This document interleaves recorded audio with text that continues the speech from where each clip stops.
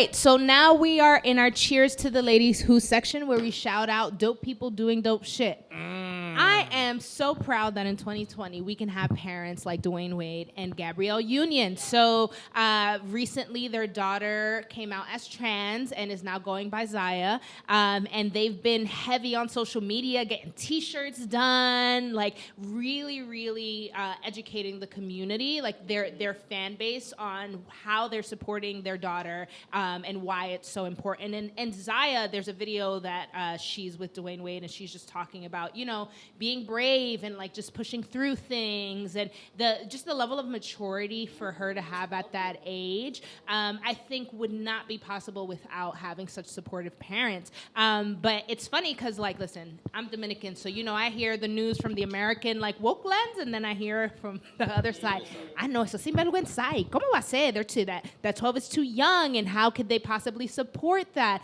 And so I'm curious what your guys' thoughts are on this dynamic. I'm sorry, like, but just hearing that, like, the other side that you were talking about, I think that, first off, it's beautiful. I think it's really important that also that this is a black family doing it because, you know, the other side that you were talking about was the Dominican side. You know, a lot of people in our community, in the black and brown community, are so, like, narrow-minded when it comes to the transgender community and how it relates and plays a part in the LGBTQIA community. And there is a lot of education that has to go on, but I think that it's really important that they are these people because of the fact that of who Gabrielle Union is in our community and who Dwayne Wade is in our community. So I think it's a beautiful thing. This idea that it's too early, I understand that some people think, you know, maybe developmentally in the mind, it may be too early, but y'all really have to understand that, like, the idea of your gender identity and being so, like, sure that this is what's happening, it's never a time to be too early. You know, people like me, and obviously being gay and being transgender is two different things, but I knew that I was gay when I was 6 years old in kindergarten. So it's not too early. And one of the things that in the trans community that is kind of important is that if you are someone who can identify early enough, you can start taking treatments to allow yourself to have a better life in the future because the effects of puberty aren't affecting your body permanently yet, you know? So you can start taking hormones to kind of counteract what your body is naturally going to go through. Mm-hmm. And then when Zaya is older, she will have a more privileged experience and an overall better life. She's living her truth. And I also want to just cheers to Gabrielle Union because of all these celebrities making clothing lines, she has a clothing line with fashion to figure for us big girls. So shout out to Gabrielle Union. The New York company that's really good that you'll see in the photo shoot. The blue is a Gabrielle Union. Yeah. And our rebranding photo shoot plug. So what about you guys? I mean, Rachel, I know you're a mom. What are your thoughts on this? It's so interesting because you're right, Julissa, becoming a mom just sheds a whole new perspective on how you approach everything. And it's really instilled this anxiety in me, in that I need to start planning for those questions that are going to pop up in the future when they start learning about things and seeing things in the media and watching Gabrielle Union, like, asking me these questions. You know, that's a whole other episode. Right. But as a mother, you also say to yourself, like, love is the answer, right? No matter what. You know what I'm saying? It's so crazy to think that, like, my children's lives are unfolding before me. Yeah. And there's only so much that I can unfold. They're doing most of the unfolding on their own as far as developing who they are, as their personality, their academic rigor, you know, their energy level, like, their, you know, liking of comedy. One is absolutely liking of comedy. The other one's like, shut the fuck up. You know? And they're so young, so imagínate. Yeah. And I'm so appreciative of actually watching these examples and celebrities actually using their celebrity and their star power to communicate the right kind of messages for my kids to see. Yeah, awesome. What y'all think? No, I think it's just we're in a very interesting and exciting time right now because somebody like Dwayne Wade was part of the NBA and the athletes and their relationship and their marriage is amazing because we're talking about like they're making these decisions at 12 is because the awareness and feeling comfortable about it. We don't know how it was in the 80s or in the 90s and the 70s because it was very suppressed. And I think still with the Dominican culture, it's a lot of suppression. Yeah. And I feel like seeing it and growing up, you know it. And I think the older generation is fading. And I believe that, yes, there's probably Dominicans that are younger, that are 12, 13. They're going to be more brave because of what they're seeing right now. So seeing these power couples that have the ability to be open-minded and embracing that is just giving that next generation the opportunity because they're not going to feel they're going to be judged and they're going to be true. So I think that's why we're living in a great time right now.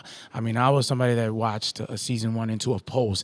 So to have a show like that, you know, it's just a great opportunity to just be able to be who you are. Because at the end of the day, it really is about love, and a lot of suppressing that love is where a lot of the pain comes from. Yeah, absolutely. Well, for me, it's like about time.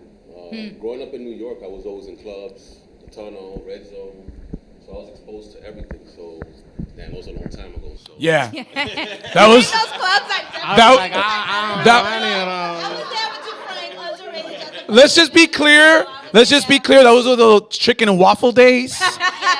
So everything that you guys are seeing, it was underground back in the day. So I was seeing all of it. So to me, I'm seeing it now, and I'm like, damn, it's about time. You know what I'm saying? Yeah. Everything that we're seeing on TV and we're asking society to be accepting of, like New York was seeing it way back when. So to me, it's like about time. I don't know. That's the way I see it. Yeah, absolutely. And I think that one of the things that plays into that is the I don't know whether I should wrap it or not. Yeah. One of the big things that plays into that is the relationship within the gay community, LGBTQIA community, and trans folk. Because, you know, a lot of trans individuals were like the spearheaders and, you know, at the forefront of all of these like big movements for us. But within the trans community, it's kind of like how Latinos are with like skin color and shit. Like, there's a lot of discrimination towards our trans brothers and sisters that is now being called out, and people are like, nah, fuck that, because they've been here, but you know, the same thing. A gay white man is still a white man in America. You know what I mean? So like, it's one of those things where it's like they've been put on the back burner for so long that now they're finally getting that chance to be really blossom and be at the forefront. And I think to the point, Mike, the idea that it is a family of color is even more so important, because just as like our kids are needing to grow up in a safer space, I think even for like influencers and trans people who are now getting their platforms coming out, that tolerance across the board is very helpful. I think about, so in DR recently, somebody put me on to La Quisti and La Shakata or something like that. These two trans girls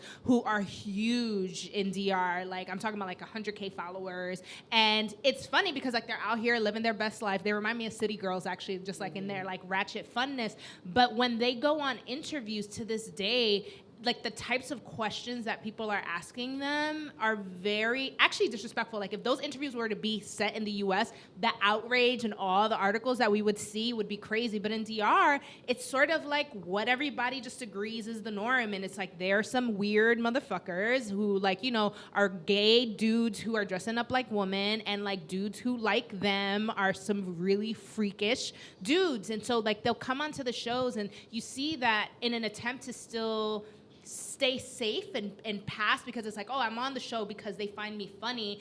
And even in the moments where you can tell they're trying to laugh at them, they just like, you know, try to be like, you know, well, this is who I am. You're just jealous because I'm a bad bitch and blah, blah. But like the consistency of them having to downplay their, you know, greatness or the things that they really want to talk about and play up the stereotypes is just a way to pass in the media. So like, I think that part of it being, yes, a family of color allows it for trans people of color who are the most targeted. I mean, like if there was a totem pole, I think that in this country, especially like, Black trans people, for some reason, always end up at the bottom of that. Yeah, like literally, like dying.